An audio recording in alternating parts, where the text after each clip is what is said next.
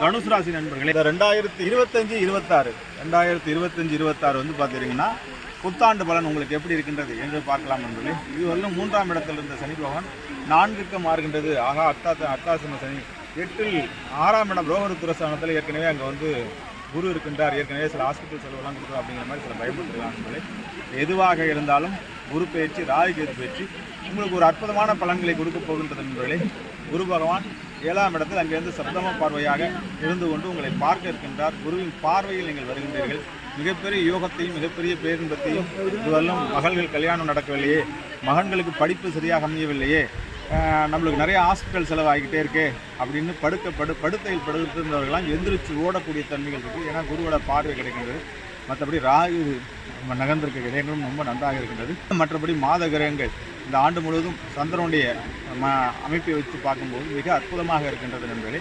ஆகவே தனுசு ராசி நண்பர்கள் புத்துணர்வு கிரகங்கள் நான் ஏற்கனவே சொன்னது போன்று இந்த துலிப் மலர்கள் போல் உலகம் முழுவதும் ஏற்றுமதியாகும் மலரும் போது ஏற்றுமதி இறக்குமதி செய்து கொண்டிருக்கும் நண்பர்கள் எல்லோருமே மிகப்பெரிய வெற்றியை பெறுவீர்கள். அதே போன்று குருவோடைய ஆட்சியத்தில் நேர்மை நாணயம் ஊருக்கு உழைக்கிற அப்படிங்கிற அற்புதமான தன்மையில் இருக்கும் தனுசு ராசி நண்பர்களெல்லாம் ஊருக்குள் உழைத்திடல் யோகம் நம்மளுக்கு பெரிய பலன் கிடைக்கலையே அப்படின்னு இயங்கிட்டு இருந்த எல்லாருக்குமே அடுத்த ஓராண்டு காலம் உங்களுக்கு ஒரு வெற்றிகரமான ஆண்டாம், ஒரு பொற்கால ஆண்டு, ஒரு புண் எழுத்துக்களால் குறிக்கப்பட்ட ஆண்டு, வெற்றி மேல் வெற்றியை குவிக்கப் போகின்றீர்கள். பண வசியத்திலும் ராஜ்யவசியத்திலும் தொழில் வசியத்திலும் மிகப்பெரிய வெற்றி அடையப் போகின்றீர்கள் என்பதிலே உங்களுக்கான ஜோதிர்லிங்கம் தனுசு ராசிக்கு ஒரு தடவையேனும் காசி விஸ்வநாதரை சென்றடைங்கள். 12 ஜோதிர்லிங்கத்தில் காசி எப்படி எப்படின்னு கேட்டிங்கன்னா மூர்த்தி சிறிது கீர்த்தி பெரிது என்று சொல்வார்கள். அது வந்து உலகம் முழுவதும் பரவி இருக்கின்ற இந்துக்களுக்கு எல்லோருக்கும் காசி என்பது அவ்வளோ பெரிய அற்புதமாக அந்த காசி விஸ்வநாதர் ஜோதிர்லிங்கம் தான் உங்களுக்குரிய ஜோதிர்லிங்கம். ஒரு தடவையும் காசி விஸ்வநாதர் தரிசனம் பண்ணுங்கள்.